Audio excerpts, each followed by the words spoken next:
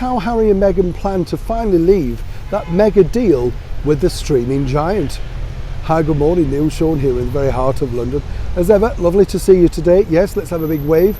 Hope you're all keeping well. A little bit blustery here today. Yes, got a bit windy. You know, this is summer for, apparently we're having a massive heat wave. I love it the way they say they can predict it literally to the hour. So that's when I'm going to get my flip-flops out, I think, and cool down a little bit. You know what it's like. You just think it's no weather, is it, for a shirt and tie? I know. People say to me, do you never wear anything else? Well, you know, it's very difficult. In this job, you have to be prepared to go anywhere at short notice, whether that be number 10, the Dorchester or a premiere. We always have to be ready. That's what I love about it, though. You just never know where the day is going to take you.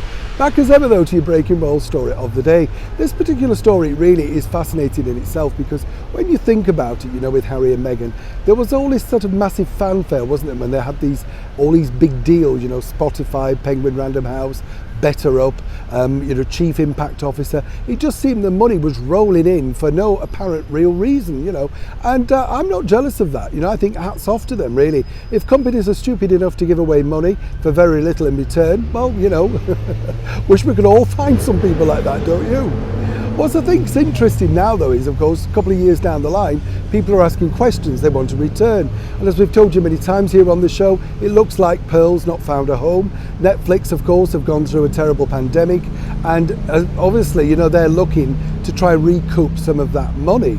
But there's one bigger problem now for Netflix and Harry and Meghan, and it's this.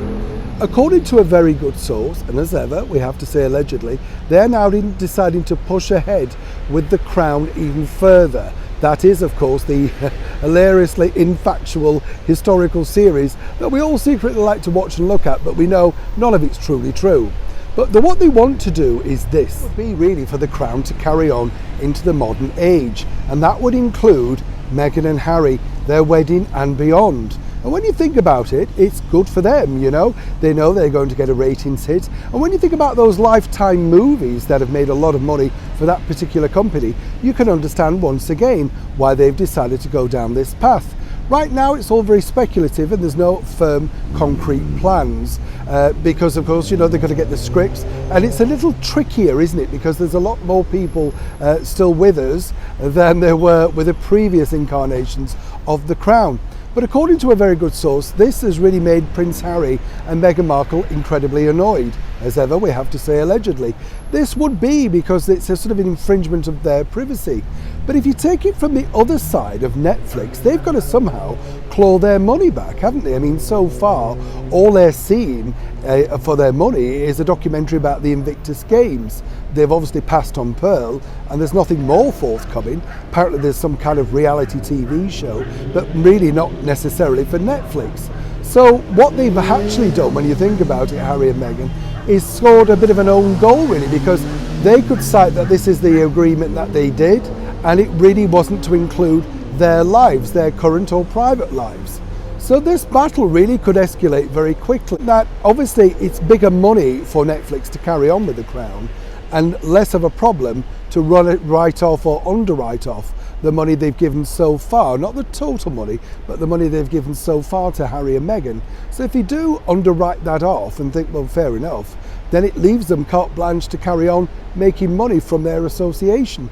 And let's not forget, as I've said many times here on the show, just the sheer association of Meghan Markle and Prince Harry has given Netflix untold publicity. They couldn't buy this sort of publicity around the world. So it's a very cheap deal, whichever way you look at it.